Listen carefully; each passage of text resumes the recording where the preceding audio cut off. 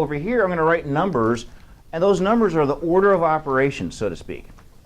Think about it as the first thing, the second thing, third thing, and how it's presented to the public is different than the actual person who did it. For example, we're going to write a little 1 and a 2 here. The first thing you do is obviously recognize the problem, but then you start designing your experiment, and you need to figure out what the IV and the DV are. So let's come over here.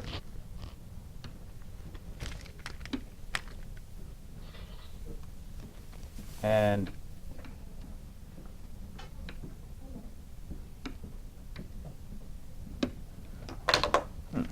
nothing's weird about that.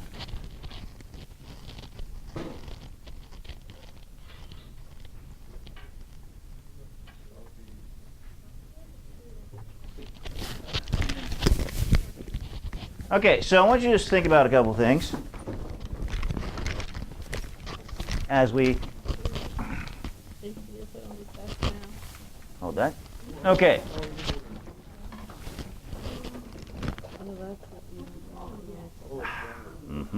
Yes. What is that? That's a good thing. That's what a scientist would say. Hey, what is that? Anyone have an idea? It's a bird. It's a tree. It's a plane. Shh. All I asked is, what is it? You started telling me what it does, which is the next question.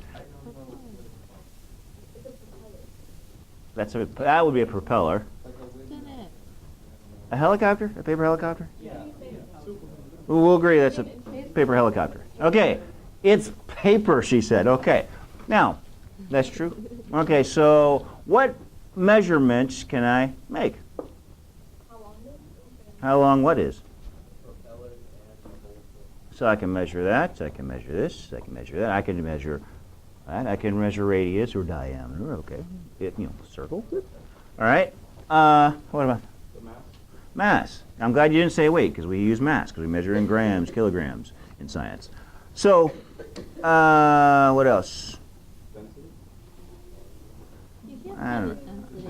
Density is mass over volume. We're not going to soak it in a liquid. So, okay, so let's do this. I'm going to have to enlist your services here. Move that eraser. Okay, so You're gonna hit it. let's just see what other observations we can make. Observations that we can measure. It's a helicopter leaf. Okay. What?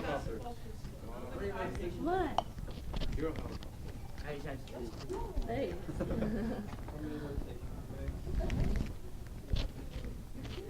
The time it takes to fall. Okay.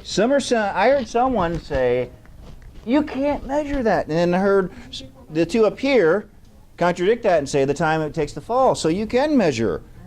What else can I measure? Okay, I can measure ratio. All right. Someone said this. It's probably not the most accurate. It's going to introduce some error. 1, 2, 3, 4, 5, 6. Oh, let me do it again. Or click, click. 2 seconds, 5 seconds. All right, using a tool because we use tools. All right. That works. Now, what other measurement would I have?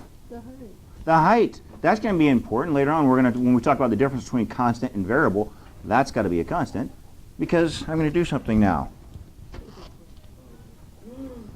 It's gonna fall faster. Okay, so based on what I just heard, I heard someone describe what's going on. I heard a prediction. Okay. What did I do? What is this? I increase the mass. Okay? And then I can do one of them. And then I can do 2 of them and 3 of them. And each one of those iterations I can test again with the same number of times I did it without. So now let's just parse out this language and say what's IV, DV, control, things like that.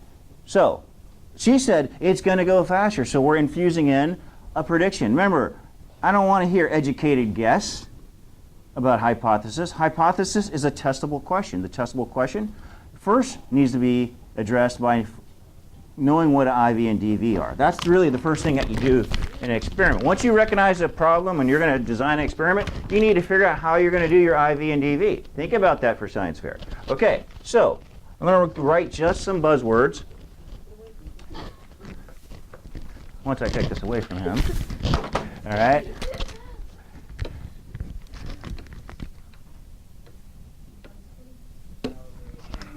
Yeah. Let's make sure this is working here. Okay, good. All right, so we'll start right here. Mainly, all right, purposeful change. Now, one thing I want to point out with the notes here, you can see it on your paper when you're studying it. You know, there are certain things that you're going to write. What I want you to understand is when I do stuff on the board, a lot of times I write off on the side because I can't fit it under here. But you should write as much of this under here so it's not confusing for your notes. You're in class, it makes perfect sense. You get home, you're studying, you're like, what does all that mean? So a lot of times it looks differently from here. For example, I'm going to write W/O. What does that mean? Without. Write the full word until you're used to my language and how I do things and how I abbreviate. So there's a couple ways to remember the IV. Now this is the one that you never write when you write your formal paper, but it helps when you're doing it. How many of you have heard the phrase, you probably heard it in 7th grade, I change? Okay, so I change. Okay, here's another one. A intentional change. All right, an intentional change.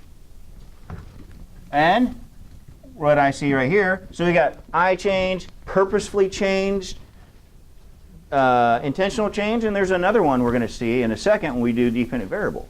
All right? So what is the dependent variable for our little helicopter? How fast, or the time? The time it went to drop from the top to the bottom. I have a student in first period who mentioned, and who has an aviation background, and they call it that drop speed, the amount of the speed it takes to there. All right, if you go, the distance, you could add in velocity. We're just going to say the speed for the helicopter to get from the top to the bottom. All right? For our little demo. So here's the thing, dependent variable. The variable that responds to the manipulated change, manipulated change.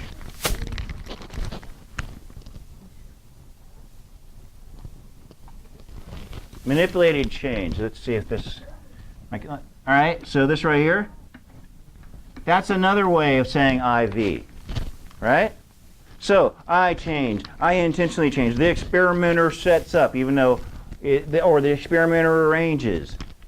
Purposefully change, intentional change, manipulated change. I actually like manipulated change, all right? Because what happens in an experiment, we set up all the circumstances, and then one of the things we will make the intentional change, all right? Which a lot of students confuse constant and control, which we're going to get to in a moment. Okay? So, once we have this, let's remember hypothesis. So I'm talking about hypothesis now. I'm not going in order on the paper. I'm going in the order that you're going to think about when you do your experiment. Okay? So, and look, it's not like, oh, well, today I will do this and tomorrow I'll come up with a DV and tomorrow. It's like, all right, first thing, all right, I got my question. Now, how am I going to test that? All right? I got to have a way of measuring it, and I got to make sure, or I got one, I'm only testing one variable at a time. So remember, this is a testable question. So let's give us, that's written really poor here, testable question.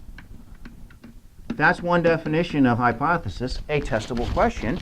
Now this up here, if you were to look up hypothesis, you'll see a whole bunch of different descriptions. Some are like this, how to write it. Okay, but let's look at this. Educated guess, okay, it says it there. I said I don't want you to say educated guess, so let's say prediction. Let's say prediction about the relationship between variables. The relationship between variables, meaning predicting the impact of the IV on the DV. Does that make sense? Predicting the impact of the IV on the DV. Okay. Let's pause for a second.